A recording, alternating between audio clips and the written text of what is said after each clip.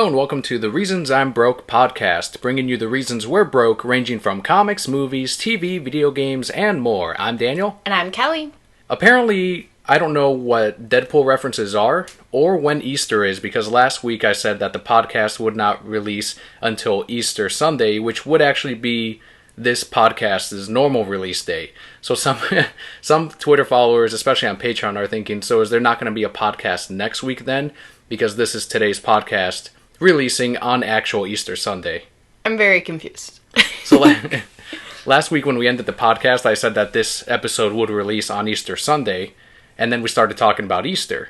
But that actually released last Sunday, which was not on Easter. Oh, I don't know when Easter is either. So we were both a week off, and then we both didn't catch the Deadpool reference at the very end after the credits. So we're just having all kinds of sloppiness happening in 2016. We're not on our game yet. Not at all. Some of that might be your fame. How's it feel 2 weeks after Comic Book Men? What is the world like for Kelly post Comic Book Men? Well, this will be my last episode as I have a lot of gigs around the world. I am bigger than this podcast now. It was weird for like the first 2 days. Because after it aired, I'd walk into work and people were like, were you on TV last night? I think I saw you. The TV was just on in my room. I wasn't even watching that show. And I'm like, oh, thank you. So I had a lot of people. I actually got some Facebook messages from people I didn't even know. Like, oh, how do I get on the show? Because so many people were sharing it. Oh, yeah. And I just didn't even respond. But, you know, it was really cool. It's weird seeing myself on TV, so I've watched it once, and I won't watch it any more than that because it's just too weird. But I have friends who watch it all the time, and they send me a Snapchat like, I'm watching you on TV, you're so cool. And I'm like, thanks. When's the AMC spinoff, Comic Book Kelly, gonna release? Comic Book Kelly. We're still in talks over that. I gotta get, like, my crew together. Contract agreements, yeah, things it's tough. People may not understand for a superstar like you. I'm such a superstar. I'm actually a guest on your show today. You're giving me the bump in followers. You're gonna have your followers, your viewers, your Snapchatters, they're all gonna download this episode. Can I make a Twitter for myself, like Comic Book Kelly, and just talk about my fame and comic books? You should. People would follow you. Nobody would follow me. They would. I'm telling you. Like the 3 people who listen to this show would follow me.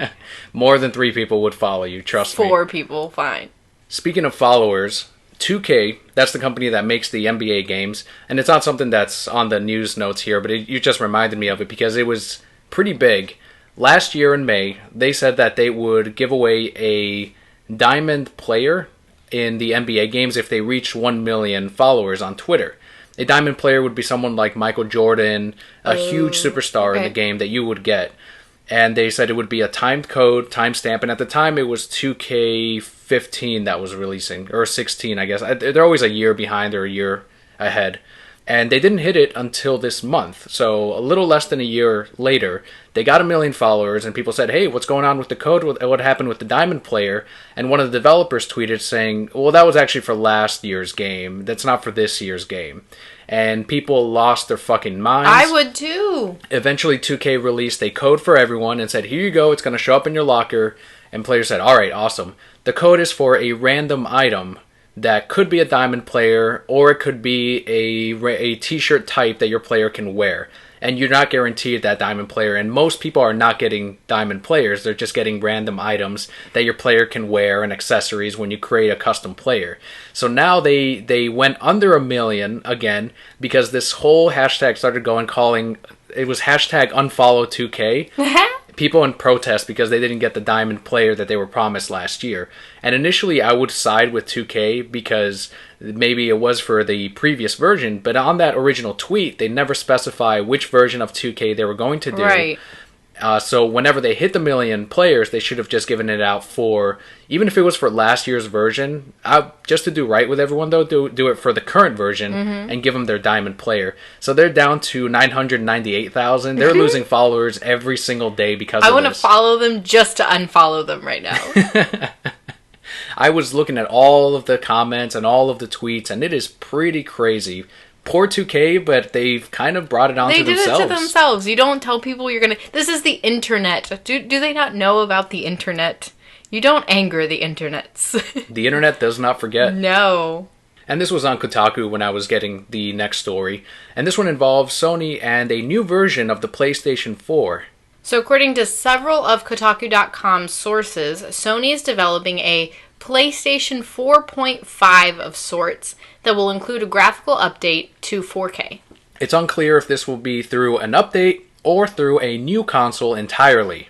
They better make it an update. You're not going to sell a whole new console. They're going to do a whole new console entirely, and I'm They're going to not. tell you why. Why? One, they're ahead of the console race right now. They're number one Okay. in video game sales. They can Alright. afford to make a new version of the PlayStation 4. This is also the first version of the PS4. We haven't gotten a thinner version. We haven't gotten like a super low power consumption version. So they're going to bring out a new PlayStation 4 in time for this holiday season with a redesign on the body, and it's going to have that 4K support. I guarantee you that's what's going to happen. That's so silly. I'm not buying it. Well, and they're going to charge the exact same price, I think, as what they're charging now. It'll just have that extra 4K update. So if you want to play in 4K, which I don't see, it's not that huge of a difference as far as video games, because not all games support 4K. But later on, it's just a nice update that you know they're going to have as a default for the PlayStation 5. I guess. We use our PlayStation 4 for Netflix. And Hulu. And Hulu. So this isn't that important to me. I guess if I played more video games, maybe. But I just think it's silly. Yes, you're probably right. It will be another console. But it's silly. As far as video games, have you made any progress yet in Fire Emblem Fates Hell since no. last time? Hell no. Hell no. Okay, so in addition to my fame, I think I also told Brocats I got a promotion, which is awesome. It's great. It's what I wanted to do for a long ass time, but it is so much work. I get home and I'm mentally exhausted and I check out for the day. So as much as I would love to play the game, there's not time. I do my laundry once a week. It sits in a basket for a week until I get time off, to get this done. Plus, with your new job, you get emails Yes. from work. Ugh, so right now, sitting in my inbox are at least 100 emails that I just don't feel like checking at the moment. Something I learned when I got my promotion and other jobs that had emails involved was that not to check the emails and not to tie them in with your phone, because you're gonna check the emails for that.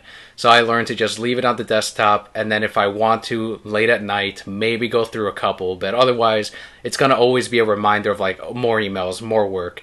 And I left it there, not tying that into my phone. Well, mine has to be tied into my phone though. Like, it's part of the job requirement, is that I answer my emails from home. That's why they pay you the big bucks. That is the truth. But it's a lot of work. But you did make progress in your game. Yeah, I finished Conquest. Mm-hmm. Difficult as hell. And I wasn't able to get all the pairings that I wanted. And now I've actually started Revelations, which is like a mix of Conquest and Birthright.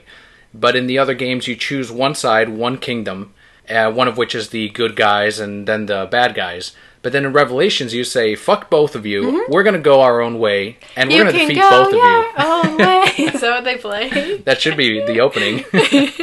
And you defeat both armies, and you peace out. I like that better because I'm not used to an open world Fire Emblem Fates as far as you can do all kinds of challenge maps instead of just a linear experience, which is what Conquest was. And that's when you told me that Birthright is the same way. You can do a bunch of extra missions. Yeah, there's and they're tons. not all story-based. So, like, every time I beat a level that's part of the story, then it gives me, like, 2 challenges that I can do. Or I can take some of my gold and spend more money, and they'll find me more challenges to do.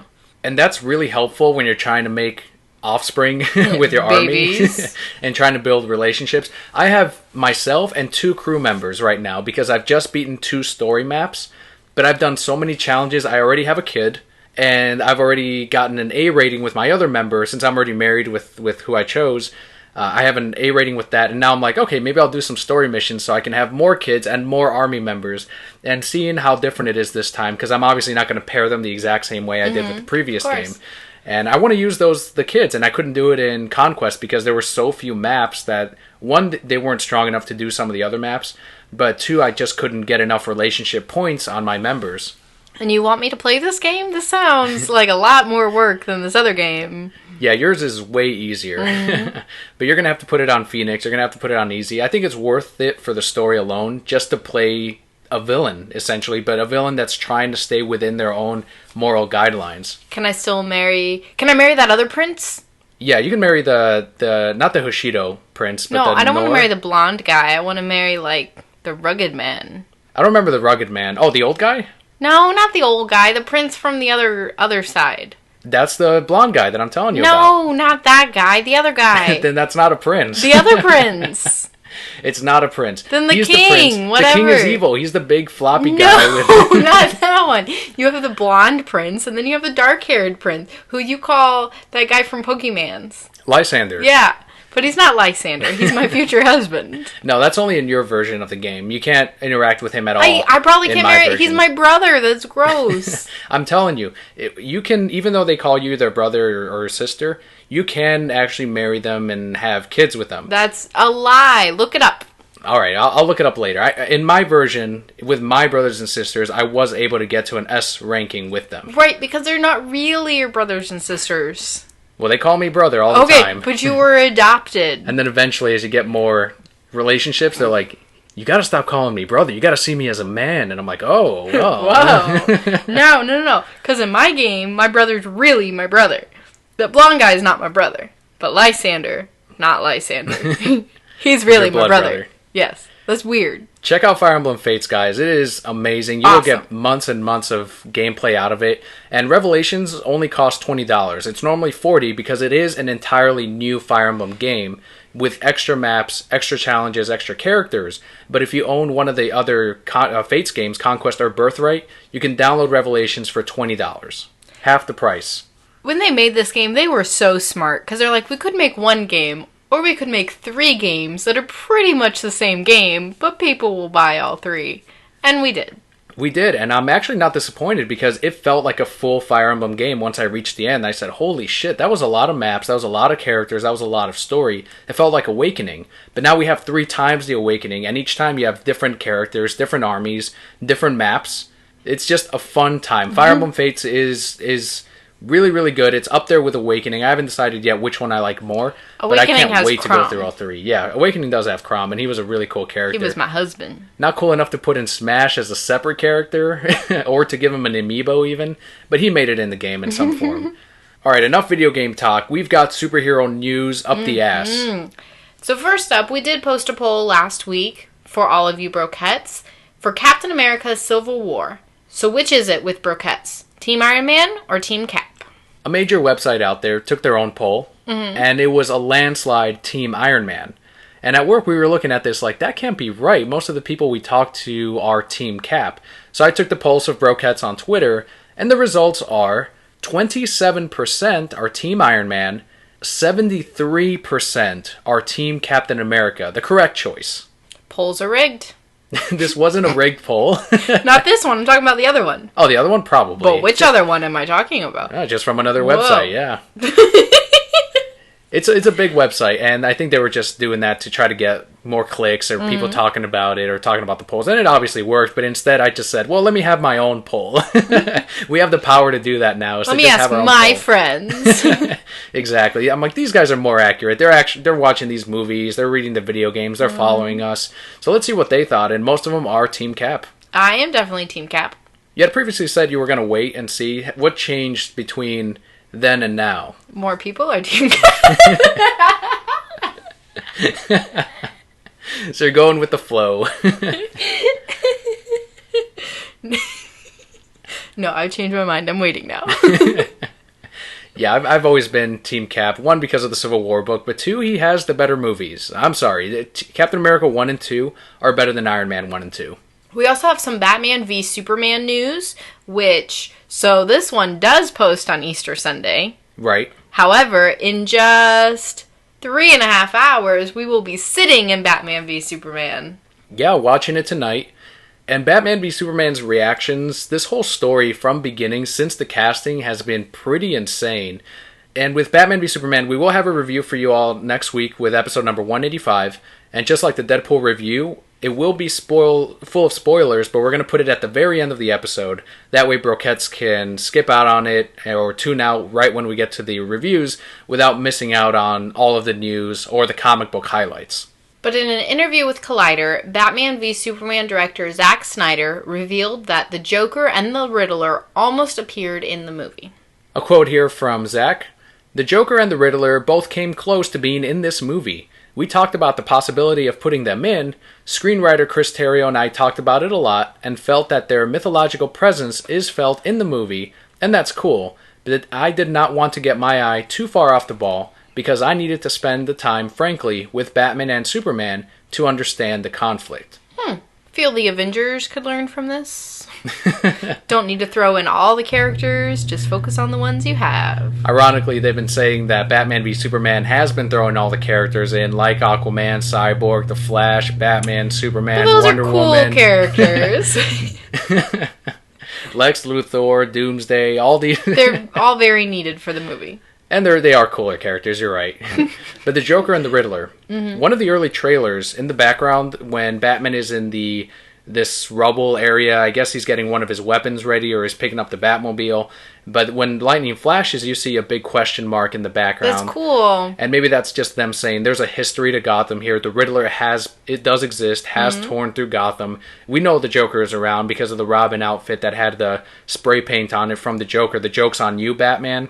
All of that, they do exist here, but it's kind of cool that they just nodded and said, yeah, they're in this universe, but we'll explore that another time. I think that's very smart of them. That's also something, so if they happen to throw them in this movie, then if they make the Batman solo films, can you really use those characters at that point? Because then people might think, well, you already used them once, why are you going to use them again? So that just opens up a whole new world for them with things they can do. With them almost having used the Riddler, is that him almost admitting that Riddler is going to be used for the solo Batman movie? We're not going to use him here, so we'll use it in the solo Batman. I don't want to say yes, because maybe that's their thought right now, and then there's a million things that happen between now and then. Scripts go through multiple revisions, and maybe they come up with a better idea. Like I said, that might be their thought at this moment, but that doesn't mean that that's actually the product we're going to see. So personal preference with you. With Emperor Palpatine. Yes? Between the Riddler and Red Hood. Which of the two would you choose to be the featured villain in the Batman solo movie? This is difficult. Because Red Hood, you'd have to play him right. And he would have to include Joker in that movie, too, because that is a part of his history. I mean, not necessarily. You could just flash back to the Joker. He doesn't have to be in the whole thing. I think Red Hood would be really cool because for those who are going to go see the movie just because Batman's name on it and they don't really know what Red Hood is all about, it'd be a, oh, holy shit moment, which would be really cool. But then at the same time, you're going to have to take extra much care with that character so that those of us who know who the character is are still satisfied by the outcome, which I think would be very difficult. So I'm going to go with Riddler because I think it would be easier and has less opportunity to fuck up. If they do Riddler, would you want to see that 0-year storyline? Not necessarily a prequel, but him taking down the city to the point where Batman has to protect everyone and also solve the Riddler's bullshit? Or would you want to see a brand new story? Ooh, I don't know. Maybe a hybrid of the two of them. So definitely make Riddler more badass than we've ever seen in the cinematic universe, where he was not very badass. But at the same time, he needs to not seem silly. He needs to be somebody that Batman could take down. Maybe something similar from the Arkham games. Yeah, that would be a good Riddler right there, because the Arkham games, they didn't make him like Jim Carrey. They didn't make him like Batman 66. It was more like the comics, and especially in the hands of Paul Dini, it was someone who was just mentally frustrated at the fact that Batman's always outwitting him, and he's just obsessed with Batman needs to lose. This is why you're going to lose, and I've outsmarted you, but every fucking game Batman gets through because he's fucking Batman. Riddler just needs to learn. Some more Zack Snyder news. Warner Brothers producer Deborah Snyder and director Zack Snyder have reiterated that each installation of the DC Cinematic Universe will showcase each assigned director. While the plots will work within a framework set up by Snyder and Jeff Johns, the films will each have their own separate tone and feel. That's very important. Yes. And that's something I've always been a huge proponent of. Yes. Each movie needs to stand on its own. It needs to be a movie that you can enjoy 5 years from now and say, oh, I have to watch what happens next because it ties in so much to Civil War or the Justice League movie. I don't know how Batman v Superman is going to do it or how much they're going to tie in and leave a lot of stuff for Justice League. But in this case, if each director can kind of have a little bit of freedom to do their own thing and get a little creative with each character, I think it's going to make each film stronger in the end. Right, and that's the most important thing too. Like you said, get creative with each character. Each of these characters are not the same by any means. They all bring different things to the Justice League, which is why the team works so well. But when they're off in their standalone movies, you need to be able to bring the feel of that character into that movie. So, like, if we had a Daniel movie, it would be very different from a Kelli movie, even though we get on the show, and while I may be the more popular superstar here, we both bring something that makes the show work well together. Yeah, you don't want Wonder Woman to feel like Batman v Superman, to feel like Man of Steel, to feel... It just wouldn't work, like you said, with each different character. And on top of that, it makes the directors more willing to explore the characters, to really give it their all if they feel like this is their project, in spite of the fact that it is within a universe. And Jeff Johns and Snyder saying, these are the points we want to hit. As long as you get there, then everything is fine. I think that's a smart way to do it. A little bit looser, not as confined to a plan, but as long as you say, you need to tell this story right here, have fun getting there. Tell it however you want. Exactly. Very, very smart move. And continuing with the Wonder Woman ties, it looks like Deadpool may have influenced another movie to actually come out of the dark, a movie that had been in development in the past, but now is very much moving ahead with production, at least the initial stages of the writing. So according to The Wrap, Wonder Woman screenwriter Jason Fuchs has been hired to write a screenplay for the Lobo movie. Lobo, he's one of your favorite characters right underneath the Creeper, right? Yeah, they're real close together. Those two characters are... Yeah. And by like my favorite, you mean like the worst that I hate so much. So you want nothing to do with this Lobo movie.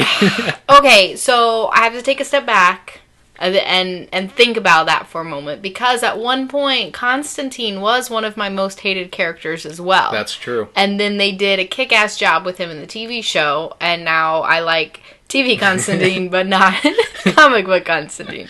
So the same could be said for Lobo. You could like movie Lobo and not everything else Lobo. Yeah. People are a little nervous about this because they don't know if it's going to be the New 52 version, where they kind of prettied him up and gave him tattoos, or if it's going to be the 90s version, which was like scraggly and crazy, huge motorbike. Get the guy who plays Lucifer to play him. He's not big enough. So do it. I say to Emperor Kelli decrees that the Lucifer actor, I do not know who he is, will play Lobo. So the screenwriter Jason has previously written screenplays for Ice Age, Continental Drift, and 2015's Pan. He doesn't have a lot of work under his belt. I saw neither of those movies. Neither did I, and had no desire to. Nope, none at all. Warner Brothers has been trying to get Lobo off the ground since 2009. The screenplay will be starting from scratch without the influence from the previous proposed screenplays. The last time Lobo was set for the big screen, Dwayne "The Rock" Johnson was in talks to play Lobo, but passed on the project in favor of playing Black Adam in the Shazam movie. I would have made that same decision. Hey, Kelli, you want to be Lobo or Black Adam? Black Adam. And if fans wanted him to play Black Adam, that's one of the things that they were on Twitter and on Facebook saying, he should not be Shazam, he needs to be Black Adam, he looks like Black Adam, and eventually he came out and said, I chose to be Black Adam, and we didn't believe him. Your fans chose to be Black Adam. So Lobo first appeared in 1983's Omega Men #3. He was created by Roger Slifer and Keith Giffen as an over-the-top parody of Marvel's Wolverine, who was extremely popular back then. I can see that now that you say that. Like, I never would have put two and two together. But he definitely, yes. When they did the Marvel vs. DC crossovers, one of them was Lobo versus Wolverine. Who won? It was Wolverine. Of course. Lobo's ability include superhuman senses, strength, stamina, durability, healing factor, and genius-level intellect. And a little fun fact, Lobo is Stan Lee's favorite DC character. Because he's practically Wolverine. But he didn't create Wolverine. So, it's the closest to Marvel that he could find. So back to the New 52, or the pre-New 52 Lobo. recently Lobo in the comics, and we saw him in Batman Superman 29 and 30, or Superman Loves Batman 29 and 30, and he has kind of reverted to the more classic Lobo, or at least is starting to, because he doesn't have the neat tattoos as much, he has the crazy hair, and he's acting like the older Lobo. He's not as serious or as silent or as much of an assassin. Now he's just like, I want to kill you and I need to kill you, I'm being paid for this. Just like the old Lobo. You know how they could get a lot more people on board with Lobo? If they made women love him. There is nothing appealing about that scraggly man. So you want him to use the New 52 Lobo? No, I want Lucifer to play Lobo. To be fair, Deadpool, there was nothing appealing for women there, and a lot of women liked it. People really liked that movie. And maybe it was the romance? Yes, so you want a romance in Lobo? Yes. But they need to make him less scraggly, too. Because, like, Deadpool, he just wore a mask, so we didn't have to see him looking gross. Will this be rated R? That's Should it be rated one. R? That's a tough one. If you want to do it right, yes. Do I think that it would pull in the audience that Deadpool did? No. Lobo does have his fan base. He does. But it's not as rabid as Deadpool. Nope. It's going to be weird to see, because this could either be an under-the-radar hit, similar to Deadpool, or what apparently will be Suicide Squad. Not many people were reading Suicide Squad as they were, Batman, Superman, and yet those trailers really resonated with people to where they were more excited for Suicide Squad than they are Batman, Superman. So maybe they'll do something similar with Lobo, since it is not some huge franchise that people are, at least the majority of people are expecting a certain thing out of. We'll have to wait and see. As we talked about earlier, it's already been shelved once. Hopefully that doesn't happen again. But as we've mentioned many times on this podcast, things change, and very, very quickly. Last week we'd also talked about Batman the Killing Joke and Alan Moore. And I'd mentioned that was probably going to be the work that most people were going to remember him for. But then I decided, what are people actually going to remember him? Like me, one voice isn't... Unless you're Emperor Palpatine, then your voice is the deciding factor. So I held another poll on Twitter, and the question was, what will Alan Moore be remembered for? Watchmen or Batman the Killing Joke? 64% of you said Watchmen, and 36% of you said Batman the Killing Joke. These are both books that people will assign in classes in college universities, but Watchmen is the one that apparently is more revered as this crazy, amazing work in the world of comics. And they're both really, they are staples in the high level, high thought comic book shelves. When you look at those trades, you'll see different versions of Watchmen, 7 different versions: the hardcover, the absolute, the softcover, just the non-pirate parts, or the $1 first issue. And Batman the Killing Joke, you've got the hardcover. They haven't done a softcover yet, as far as I'm aware of, aside from the original release. So it sounds like Watchmen maybe will be Alan Moore's top thing. Well, beyond that, too, they took Watchmen and then they made a whole, mini-series off of it for all the different characters. The movie that they made from it was fantastic, almost shot for shot. And those are things that are going to continue. And I think one of the real appeals of Watchmen for a lot of people is, so if you're not a Batman fan, obviously you're not going to read Batman the Killing Joke. Right. But Watchmen is completely new characters. That's something that you can pretty much hand to anybody and say, it doesn't really matter if you're DC or Marvel, read this, you'll probably enjoy it. And it's funny that you bring that up, because originally Watchmen was going to feature the DC characters, and instead he took it and made it his own project. I don't really remember the history of it, as far as DC didn't want him to use these characters in this way, so he made his own. But they're reflections of real life DC, I say real life, but DC characters in that universe. Course. But it's its own standalone thing. And you're right, because that happened, he had more freedom to tell his story as he wanted, and created these iconic characters. The Dr. Manhattan is still, I think, our favorite from the Watchmen universe, and then followed very closely by Rorschach. And they nailed him in the movie, as you said. The spin-off series, there were a couple that were really, really solid, especially the Darwin Cook ones, which they paired up into a trade, so you can get the 2 best stories in one trade. And yeah, it sounds like Watchmen will, in fact, be Alan Moore's best work. All 3 of our listeners have decided. Now, there were a lot of votes on this one. Yeah, that's awesome. We have more than 3 listeners, finally. It's my fame. It brought them. I know we had joked like 2 years ago that was always going to be the thing, like 3 listeners, 4 listeners, and I think it will be. Like we could get we just did a General Mills YouTube commercial thing, and we're still like, three listeners, and all 3 of you, thank you. We'll say something. One of them works for General Mills, so it just happened. That's how we got it. They're like, you should send them this thing. That General Mills box is cool, though. It is. It's really cool. If you haven't checked out the video, head on over to youtube.com/thereasonsimbroke. You can also find the link at thereasonsimbroke.com. I sent out a link to Patreon supporters, also on Twitter and on Facebook, but it's delicious cereal. And you get free comics. You know how hard it is for me not to open those boxes? We're going to open them. I'm going to eat that fucking cereal. I've never eaten Cocoa Puffs. Never in my life. I've never eaten Golden Grahams. I've never eaten Golden Grahams either. I haven't eaten Trix in a billion years. They're delicious. I haven't eaten Lucky Charms in a billion years. Also delicious when you have marshmallows. What was our last one? Honey Nut Cheerios. Yep. I love Honey Nut Cheerios. Yeah. Those are real good. From the movies, from the TVs, now we're looking at future comics that are heading your way this year. Hot off the popularity of Gwenpool and Spider-Gwen, artist Robbie Rodriguez confirmed at C2E2 that Gwenum will appear in her own book.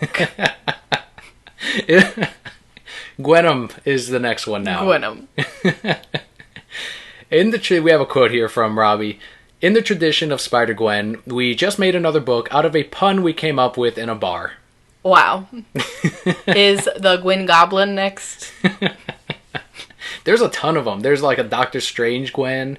There was a whole variant month of Gwen Stacy, and that's when there was the Spider-Gwen, and they had the Gwenpool. That's where that spun out of, was one of those covers, and then in this case now, Gwenum. If you're gonna do any other character, Venom is the next logical choice because he's as popular as Deadpool, if not more. So Gwenum, I don't see it lasting though. I don't either.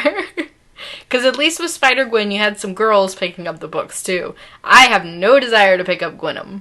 Or Gwenpool, for that matter, which is right around the corner. That is true. Robbie Rodriguez will be retiring after this first Gwenum arc, because he just can't anymore, as well to pursue other professions. He's retiring from all comics. He pretty much is. Wow. I think he's going to come right back. Mm-hmm. But for now, it sounds like he needs a break. And a lot of that, too, is with Spider-Gwen, when he saw that other artists were making her look sexy, and he said, that's like looking at my own child, because I created Spider-Gwen, designed her at least, and seeing all these people, like Frank Cho was the big name, doing like a sexy cover of Spider-Gwen, or doing all the other sexy covers he does, and he and Frank Cho got into this confrontation about 1.5 years, 2 years ago, where he said, lay off my character, don't put my character in that way. And Frank's like, no, I can do whatever I want, dude. You can ask me all you want, but I don't have to listen to you. No. To the point now where Frank Cho, almost every other week, he has a custom cover that he does. He doesn't do commissions at conventions. He'll sell original work and just have it there, and that's it, and then do some signings. He's not the nicest person, but he does some excellent work. And what he does is he'll have like because of all this, because of what Robbie told him, he'll have a Power Girl, and she's eating an ice cream cone, but the thing fell into her boob window, and she says, oh, why do things always get stuck in my boob window? And then off in the corner will be Spider-Gwen saying, outrage, this isn't right. And he always puts Spider-Gwen in that corner yelling like that, outrage, outrage, for every single one of those covers. And people love him. They're buying them all up. And it got to the point where Robbie was like, fuck this. Like, they were so on Twitter just going at each other. Frank gave him a picture of a fruit basket, and it had these anatomical drawing by Frank Cho, and said, here, you might need this, and all this other craziness too. I think Robbie is just like, I'm done with all this, the politics in comics. I create something that I really enjoy, and it's still being made fun of. But you also, like 2K, brought it on yourself. I'm sorry. Moving on with some DC comic news. While current Batman writer Scott Snyder was originally set to move over to the bi-weekly Detective Comics, he is now onto a separate Batman project for DC that will launch as a monthly title later this year.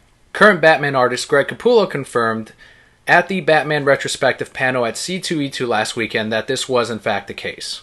So we don't have any idea what it is. Just that he's doing something, and we're still excited for it.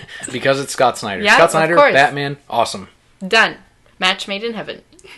You think it'll be another Eternal series? Oh, I hope not. I hope not. I don't, my mind doesn't think of all the Batman stories out there, so there are 1,000,001 options. Do I hope it's a Batman Catwoman love story? Yes. Is that what it will be? No. Are you a little disappointed that he's not on Detective? Yes, because he's done such a great job with it. But again, we don't know who is going on it yet, do we? As of this podcast coming out, there will be news on it, which we will cover next week. Mm-hmm. But DC is going to reveal all of the creative teams at WonderCon. Okay. So we'll find out soon. But at the end of the day, they could always surprise us. It could always be something really, really great on par with what Snyder did. So I've stopped saying my opinions on things because you just refer to podcasts later. I'm excited. Whatever Snyder does, we're going to follow him. Of course. Follow your creators, follow your artists, and that's how you discover new characters that you may not have enjoyed in the past. As always, we always mention Red Sonja. Mm-hmm. We did not read a Red Sonja book before Gail Simone got on that book, and we stuck on it until the very end, which was 4 trades worth. 3 or 4 trades. It was all good stuff. It was a great run, though. Great run. So that will do it for our news this week. As a reminder, we will have the Batman v Superman review next week, tagged at the very end of the episode. It will have spoilers, but again, that's why it's at the end. We now have some special Patreon news. Woohoo! We've got our Patreon shout-out of the week, 2 this week, because we've got a brand new one, a new backer. Yay! So our shout-outs go to Neil, who is at InMatsZ68, and John, who is at John72Tex. Both on Twitter. Check them out. Follow them. And thank you so much, John, for joining in the Patreon backing. That's actually what got us up to the first goal that we reached. So thank you so much. We're now working towards the Alphonic goal, which will get us leveled audio for all of our projects, all of our podcasts, all of our YouTube videos, the Let's Plays, and any future stuff that we may do based on what may happen in a year or two. So because we have reached this milestone, we have reached our first goal and working towards the second one, we are going to do a t-shirt giveaway. That's amazing. Do I get a t-shirt too? You can buy a t-shirt. Whoa. I feel my monetary contribution to this podcast is pretty significant as well. So these are for the Patreon backers. We're going to assign each of them a number. So going down the list here, and then I'm going to use a random number generator to see who gets the free t-shirt, whether it's Nerd Up Media or The Reasons I'm Broke. You get to choose based on our designs at nerdupmedia.com/shop. And we'll contact you shortly after we either release the video or the podcast on Patreon or on Sunday as well. So number 1 will be Alexander. Number 2 will be Christopher. Number 3 will be Lourdes and Katie. Number 4 will be Bobby. Number 5 will be Neil. And number 6 will be John. And number 7 is Kelly. All right, so let's get this generator ready. There's the randomizer. We've got 1 through 6. Here we go. He really is doing this, guys. I really am. So, Kelly, you're going to hit the randomize button. Ooh. Boop, boop, boop, boop, boop, boop, boop, boop, boop, boop, boop. Number 4. Number 4. So 1, 2, 3. That goes to Bobby at Cuban Slim. Woohoo! You get a t-shirt of your choice from nerdupmedia.com/shop. And as always, we do plan on doing giveaways every now and again. But one of the goals is to do giveaways almost every single week, which is off in the future. But because of your help, because of the Patreon support, we are able to do extra things every now and again, in spite of the fact that it's not a part of the reward or the goal or anything. So congratulations again to Bobby, t-shirt of your choice. And he's on Twitter at Cuban Slim. If you want to join in on the Patreon shoutouts, the giveaways, the decal rewards, which are coming, of course, to anyone that is donating $5 a month, you can head on over to patreon.com/thereasonsimbroke. For as little as $1 a month, you too can be in on the shoutouts. But of course, our podcast is always free. The best thing you guys can ever do for us is just interact with us on Twitter, leave us a review on iTunes or any other podcatcher that you're using. Let us know what made you broke and why you think we're so cool. So thank you to all the listeners out there, to our backers, and also to decalavenue.net for the help with the rewards. So now we've got a comic book highlight this week.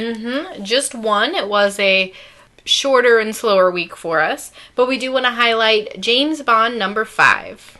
This is written by Warren Ellis with art by Jason Masters, colors by Guy Major, first arc being Varger.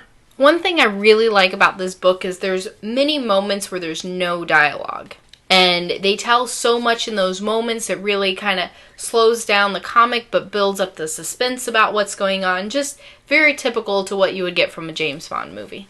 And credit goes to both the artist and the writer because it's not just him saying, okay, and then he has to shoot this guy, figure out the action scene. It's a collaboration between the two. Mm-hmm. And it's also Warren's job to say, this has to feel like a James Bond story. Not necessarily a movie, but the Ian Fleming stuff. And it does. It really does. As you're going through, like, yeah, it leaves on a cliffhanger. How's he going to get out of this one? And like the movies, like the books, he figures out a way. And some of it can be outlandish, especially with the villains. But that's a part of it. That's James Bond. There's so many times in these books, too, where I hear, dun dun, dun dun. And all the supporting characters are great. Mm-hmm. And Bond is now being pushed to the point where issue 5 is, now we're seeing that something is bothering Bond about this mission. And he's almost died like 3 or 4 times in this story. Yeah. And he's saying, no more of this no gun bullshit. Give me my gun. I need to travel with it. Because I just almost fucking got overheated to death in this microwave. So it's been a really fun story. I like this James Bond Varger story. And I hope Warren Ellis continues on in this ongoing. Yeah, they're doing a fantastic job. I really enjoyed it as well. So that is our comic book highlight of the week. And also the podcast for the week. Yes. By the time this releases, many of you will have seen Batman v Superman Dawn of Justice. If you want to share your opinion or your quote, a little one-line summary, send us a tweet on Twitter at ReasonsI'mBroke or Facebook.com/TheReasonsI'mBroke, and we'll include them in next week's episode with our review.